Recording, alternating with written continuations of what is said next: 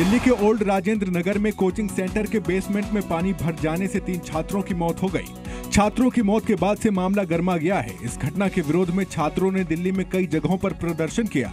वहीं इस हादसे के बाद से दिल्ली सरकार पर सवाल खड़े हो रहे हैं। बीजेपी ने आम आदमी पार्टी को जिम्मेदार बताते हुए केजरीवाल सरकार पर हत्या का केस दर्ज करने की मांग की है।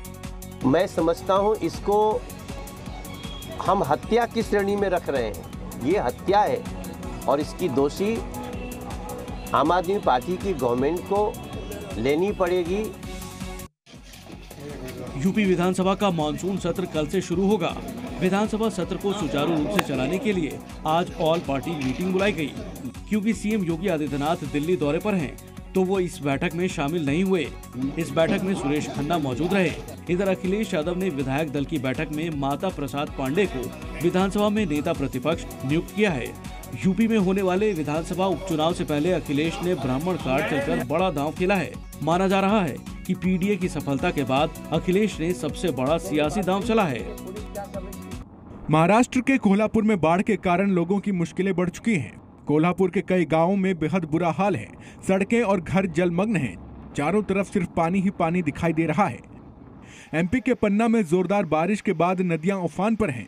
आलम यह है कि नदी के तेज बहाव में एक बोलेरो कार तक बह गई। कार ड्राइवर की जान बाल बाल बची। राजस्थान के कोटा में भी बारिश ने तबाही मचा रखी है। चंबल नदी का जल स्तर बढ़ने से कई गांवों में पानी घुस गया है और बाढ़ की स्थिति बन गई है। कोटा में लगातार तेज बारिश के बाद हालात खराब हो गए हैं। पेरिस में चल रहे ओलंपिक गेम्स में भारत का भी खाता खुल चुका है। भारतीय निशानेबाज मनु भाकर ने ब्रॉन्ज मेडल जीतकर इतिहास रच दिया। मनु ने पेरिस ओलंपिक में 10 मीटर एयर पिस्टल इवेंट में मेडल जीता है। ओलंपिक के इतिहास में शूटिंग में मेडल दिलाने वाली मनु पहली भारतीय महिला बन गई हैं। इस जीत के साथ ही मनु के घर और गांव में जश्न का माहौल है। तीसरे मेडल पाना ओलंपिक में एक बहुत ही बड़ी उपलब्धि है जी। संघर्ष देखिए एक सामान्य ही परिवार से उठी है। पीएम मोदी ने भी मनु भाकर को बधाई दी है। पीएम मोदी ने लिखा, एक ऐतिहासिक पदक। पेरिस ओलंपिक में ये कांस्य पदक जीतने के लिए बधाई। ये सफलता इसलिए और भी खास है क्योंकि मनु भारत के लिए शूटिंग में पदक जीतने वाली पहली महिला बन गई हैं।